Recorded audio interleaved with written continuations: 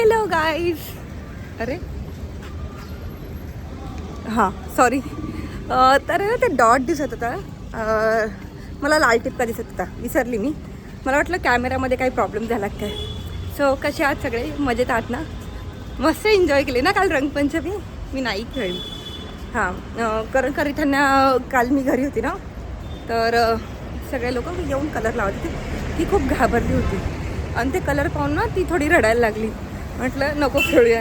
आणि तसंही काल ग्रहण होतं, त्यामुळे ना काल रंगपंचमी तशीही खेळायची नव्हती.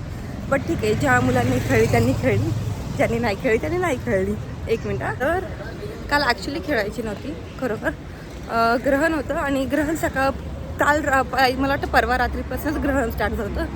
ते सौम्य होतं, पण नंतर 3 ते 7 वाजेपर्यंत तरी तो वेळ होता ज्याच्यामध्ये तुम्ही पण काही खायचं नाही प्यायचं नाही. मला माहीत नाही खूप लोक ग्रहण पाळतात की नाही, पण मी पाळते, माझ्या घरातले पाळतात. आणि मला वाटतं तेव्हा ना ती एक एनर्जी असते ना, ती ट्रॅव्हल होत असते.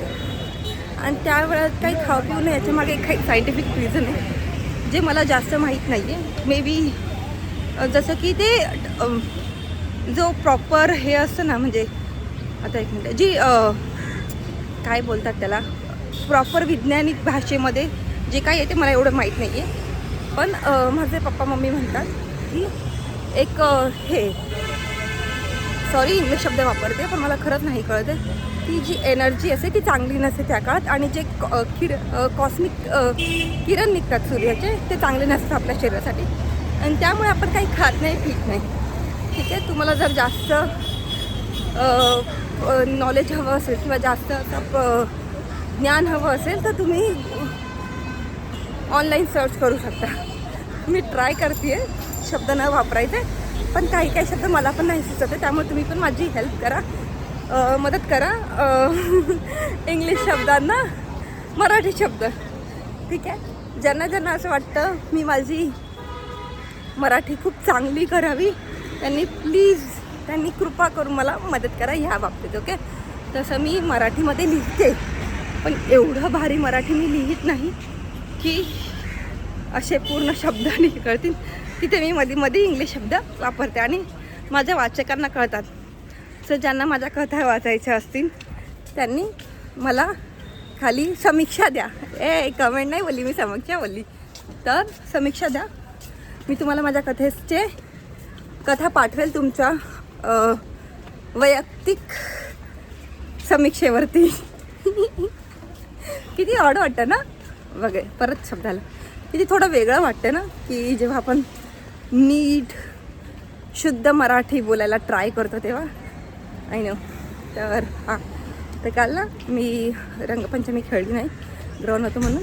पण आमच्या इथल्या जी मुलं असतात, जी जस्ट 18-19 वर्षाची मुलं असतात, त्या 18 ते 25 मधल्या मुलांना तुम्ही कितीही समजावलं तरी ते समजणार नाही आहेत.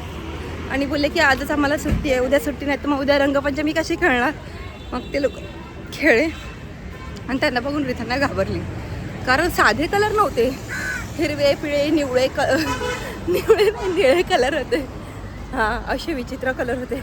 घाबरली माझी मुलगी. मग मी नाही खेळली होळी. म्हटलं जाऊ दे, एक तर ग्रहण पण आहे, त्यात रिथांना पण घाबरते. रिथान मस्त होळी खेळलाय काल. तो त्याच्या आजीकडे गेला होता, कुडकुडत होता. मी जेव्हा त्याला व्हिडिओ कॉल केला ना, कुडकुडत होता तो. एवढी तो होळी रंगपंचमी खेळला आहे तो. आणि त्याचा जो चेहऱ्यावरचा रंग होता ना, तो आज सकाळी उतरला आहे जरा, नाहीतर उतरला नसता तर त्याला असं घासलं आहे चांगलं मी. तेव्हा पुढे जाऊन त्याचा चेहऱ्यावरचा कलर उतरला आहे, रंग रंग रंग. आणि रोज त्याची रोजची रडारड चालूच आहे, मला क्लासला नाही जायचं, मला स्कूलला नाही जायचं. तर त्याला मी एक प्रॉमिस केले, जर तो चांगल्या बाळासारखा वागला तर मी त्याची एक इच्छा पूर्ण करणार. मग ती नवीन सायकल असो, पण पूर्ण महिनाभरात त्याची एक्झाम संपेपर्यंत त्याला एका चांगल्या मुलासारखं वागायचं आहे. जर तो हे महिनाभर चांगला वागला तर त्याला 2 गोष्टी पाहिजे आहेत, एक तर मोठी सायकल, नाही तर मग ते स्केटिंगचे शूज असतात ना ते. तर मी त्याला वचन दिलं आहे की जर तो असं चांगल्या बाळासारखा वागला तर मी त्याला दोन्हीपैकी काहीतरी एक घेईन. आणि जर माझा मूड चांगला असेलच, एकदम छान असेलच, तर मी त्याला दोन्हीही घेईन. पण ते त्याच्या वागण्यावरती डिपेंड करते. जाम गरम होतं यार. हां, आता गरमी सुरुवात झाली आहे, त्यामुळे काही सांगू शकत नाही तुम्ही. बघा मला घाम यायला खूप सुरुवात झाली. आपल्या भारतामध्ये कसं आहे ना की 4 महिने पाऊस पडतो, 4 महिने उन्हाळा येतो, 4 महिने थंडी असते. तसं बाकीच्या देशांमध्ये नाही आहे. त्यांच्या इकडे सकाळी ऊन, दुपारी पाऊस, रात्री थंडी. म्हणजे त्यांचं असं वातावरणच काही कळत नाही की काय चाललं. आणि त्यामुळे मला असं वाटतं की भारत हा सुख समृद्धीने भरलेला देश आहे. हां ना, म्हणजे आपल्याकडे किती गोष्टी आहेत ना यार प्राऊड करण्यासारख्या. म्हणजे प्राचीन मंदिरं म्हणू नका, किंवा हे नैसर्गिक जे समृद्धी आपल्याला लाभली ते म्हणू नका, किंवा इथली लोकं म्हणू नका. सगळं आहे आपल्याकडे. पण आपल्यामधल्या काही लोकांना खरंच असं वाटतं की बाहेर जाऊन बाहेरच्या देशामध्ये चांगले पैसे, चांगले जॉब आहेत. तर मला असं वाटतं ठीक आहे, तुमचा ते विचार असेल ते तुमच्या भोवती. पण जर तुम्ही तेच नॉलेज, तेच तुमचा अभ्यास, तुमचं हार्डवर्किंगला तर काय नाही माहिती, सॉरी, हार्डवर्किंग इथे दाखवलं तर इथे पण भेटेल. मला माहिती आहे डॉलर्सचे भाव जास्त आहेत, पाऊंडचे भाव जास्त आहेत. तिकडे जाऊन तुम्हाला जास्त पैसे भेटतात, पण तो पीस ऑफ माइंड नाही भेटत यार. इथून आपण एवढं लांब जातो, आपल्या आईवडिलांना सोडून, आपल्या भावा बहिणींना सोडून. अगर जर तुमच्या आयुष्यात हे लोक मॅटर नाही करत की प्रत्येकाची आपापली इच्छा वेगळी असते, ठीक आहे.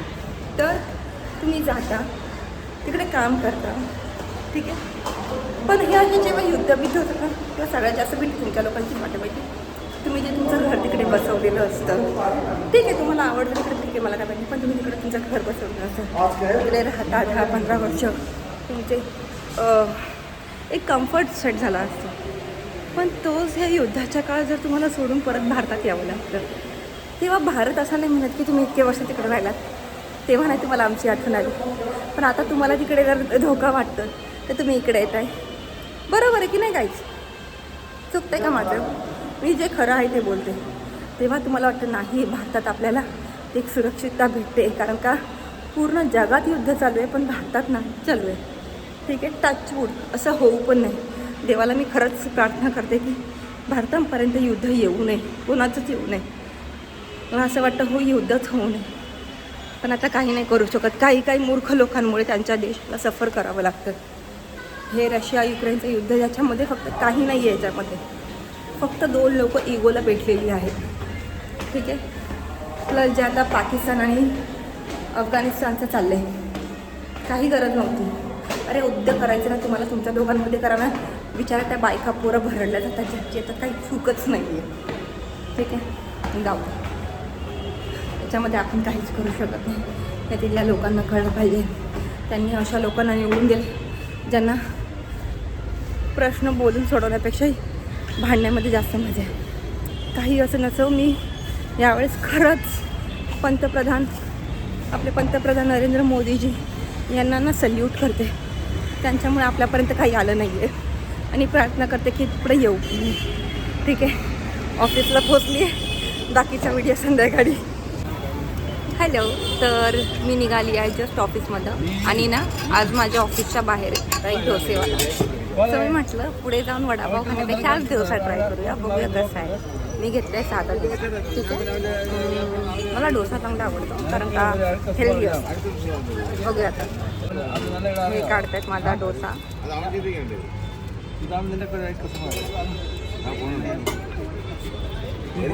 काय भारी डोसा होता गाईज, मस्त एकदम प्रॉपर असा साऊथ इंडियन डोसा. माहिती आहे त्या लोकांचा ना डोसा एकदम, म्हणजे त्या लोकांचं सगळं जेवणच. एक मिनटं मी क्रॉस करते. त्या लोकांचं ना जेवण एकदम भारी असतं यार, मला जाम आवडतं. जर मराठी पद्धतीच्या जेवणानंतर ना मला काही आवडत असेल तर हे साऊथ इंडियन लोक खरंच. आणि त्यांच्यानंतर कोण आवडत असेल तर पंजाबी जेवण. हा हा हा हा हा, काय बात पंजाबी जेवणाची. म्हणजे मला जास्त काही पदार्थ आवडत नाही. गुजराती फूडमध्ये मी फक्त समोसा आणि ढोकळा खाते. पात्रा हे मराठी आहे. आळू वडी आहे ती, आळू वडी, पात्रा नाही आहे तो.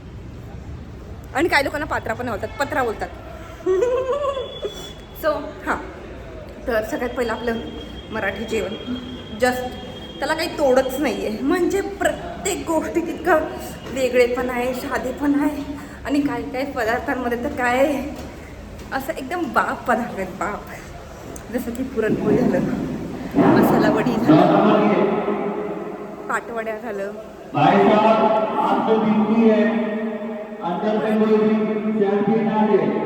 तर घाटी लोकांमध्ये कालवण म्हणतात, कोकणी लोकांमध्ये उसळ म्हणतात. दोन्ही प्रकारचे जे पण काय छान लागतात.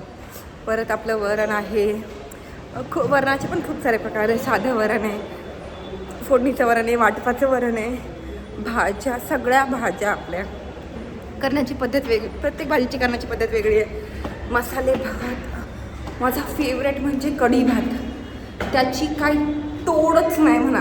हां, माझ्या मम्मीच्या हातचा कढी भात खायचा कधी, किंवा कढी आणि मसाले भात, त्यात बरोबर तर पापड.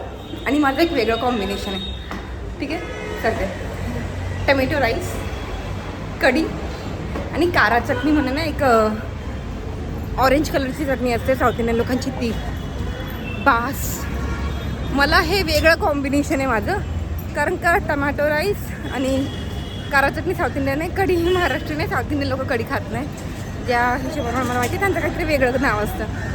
खरंच छान लागतं यार, मला खूप आवडतं.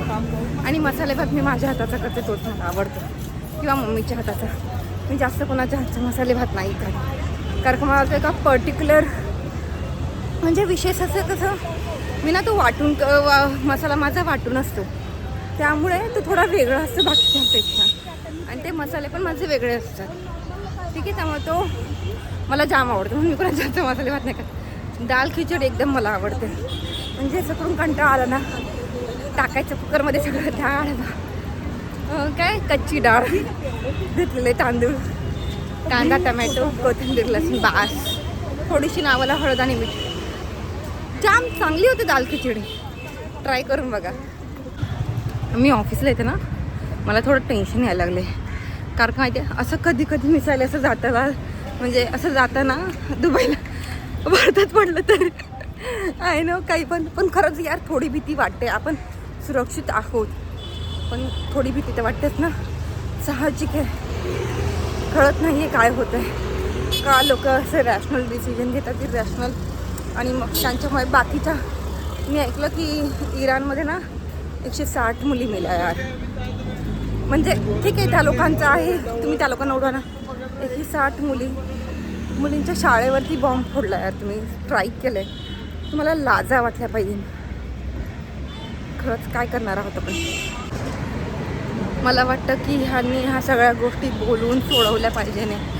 खरंच आत्ता ह्या परिस्थितीमध्ये जर युद्ध झालं तर किती लोक मरणार आहेत. ज्यांची भांडणं ते लोक जगत आहेत, ते पण जे विनाकारण आहेत ते मरतात, त्यांच्यामध्ये नाही कळते काय होणार आहे. पण खरंच जे निष्पाप लोक आहेत, ज्यांचा जीव जातो, त्यांच्यासाठी खूप वाईट वाटते. जे वाईट लोक आहेत त्यांच्यासाठी अजिबात नाही, ते मेले पाहिजे मी म्हणते. पण जे निष्पाप लोक आहेत त्यांना काही नाही झालं पाहिजे. त्यांनी असा देश नाही निवडला की जिथे त्यांनी जन्माला यावं. आता ते तिथे आलेत, काय बोलायचं यार. लहान मुलं मुली जे निष्पाप आहेत त्यांच्यासाठी वाईट वाटतं. मला असं वाटतं ज्यांची चुकी आहे त्यांना शिक्षा भेटायला हवी, आणि जे निर्दोष आहे त्यांना नाही भेटायला हवी. बस माझं काय असं पॉलिटिकल सपोर्ट नाही आहे कोणाला, पण असंच आहे की ज्या लोकांची चुकी नाही त्या लोकांना नाही भेटलं पाहिजे नाही. आणि लहान मुलं, तुम्ही लहान मुलांचे फोटो बघा ना, मला लहान मुलांसाठी वाईट वाटते, मला बाकी कुणासाठी वाईट नाही वाटत आहे. खरं सांगते, मला कोणत्याही देशातल्या लहान मुलांसाठीच वाईट वाटते, कारण का त्यांची चुकी नसताना ते ह्या सगळ्यात भरडले जातात. तुम्ही विचार करा, ती लहान मुलाची आणि आपली मुलं, किती वाईट वाटतं. खरंच हे जे मूर्खपणा करतात हा यांनी थांबवायला हवा. मी हेच देवाकडे मागणं मागे की हे युद्ध लवकर संपू दे आणि निष्पाप लोकांचा बळी नाही जाऊ दे, ज्याच्यामध्ये लहान मुलांचा तर अजिबात नाही. मोठ्या माणसांना काय माहिती ज्यांची चुकी आहे त्यांना, जे निष्पाप आहेत त्यांना नाही. पण हे लवकर सगळं थांबू दे.